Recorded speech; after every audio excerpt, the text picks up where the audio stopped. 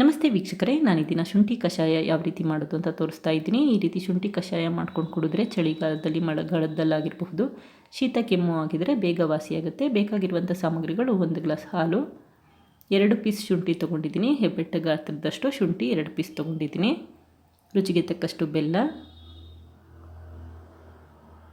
1/4 table spoon ಅರಿಶಿಣದ ಪುಡಿ, 2 ಲವಂಗ, 10 ಕಾಳುಮೆಣಸು ತೊಗೊಂಡಿದ್ದೀನಿ. ಕಾಳುಮೆಣಸು ಪ್ರಮಾಣ ಸ್ವಲ್ಪ ಕಡಿಮೆನೇ ಇರಲಿ.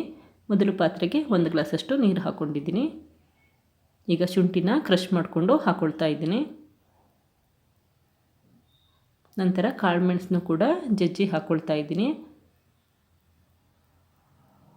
ತುಂಬ ನುಣ್ಣಗೆ ಪುಡಿ ಆಗಬೇಕು ಅಂತೇನಿಲ್ಲ, ಸ್ವಲ್ಪ ದಪ್ಪ ದಪ್ಪನಾಗೆ ಪುಡಿ ಮಾಡ್ಕೊಳ್ಳಿ. ನಂತರ ಲವಂಗನೂ ಕೂಡ ಹಾಕ್ಕೊಂಡು ಮೀಡಿಯಮ್ ಫ್ಲೇಮಲ್ಲಿ ಕುದಿಲಿಕ್ಕೆ ಇಟ್ಕೊಂಡಿದ್ದೀನಿ. ಈಗ 1/4 ಟೇಬಲ್ ಸ್ಪೂನ್ ಅರಿಶಿಣದ ಪುಡಿ ಹಾಕ್ಕೊಂಡಿದ್ದೀನಿ. ನೀರಿನ ಪ್ರಮಾಣ ಅರ್ಧ ಗ್ಲಾಸ್ ಅಷ್ಟು ಆಗೋವರೆಗೂ ಕುದಿಲಿಕ್ಕೆ ಇಟ್ಕೊಳ್ಳಿ. ನೋಡಿ, ಈಗ ನೀರಿನ ಪ್ರಮಾಣ ಕಡಿಮೆ ಆಗಿದೆ. ಈ ಸಮಯದಲ್ಲಿ 1 ಗ್ಲಾಸಷ್ಟು ಹಾಲು ಹಾಕ್ಕೊಳ್ತಾ ಇದ್ದೀನಿ. ಹಾಲು ಆಪ್ಷನಲ್ಲು ಇದ್ದರೆ ಹಾಕ್ಕೊಳ್ಳಿ. ಹಾಲು ಹಾಕೋದ್ರಿಂದ ತುಂಬ ರುಚಿಯಾಗುತ್ತೆ. ಕೆಲವರು ಹಾಲು ಹಾಕದೇ ಕೂಡ ಹಾಗೆ ಮಾಡ್ಕೊಳ್ತಾರೆ. ಈಗ ರುಚಿಗೆ ತಕ್ಕಷ್ಟು ಬೆಲ್ಲ ಹಾಕ್ಕೊಂಡಿದ್ದೀನಿ. ಇದನ್ನು ಕೂಡ 1 ನಿಮಿಷ ಕುದಿಲಿಕ್ಕೆ ಇಟ್ಕೊಳ್ಳಿ. ಯಾವಾಗ ಉಕ್ಕಲಿಕ್ಕೆ ಶುರುವಾಗುತ್ತೆ ಆವಾಗ ಸ್ಟವ್ ಆಫ್ ಮಾಡ್ಕೊಬಿಡಿ.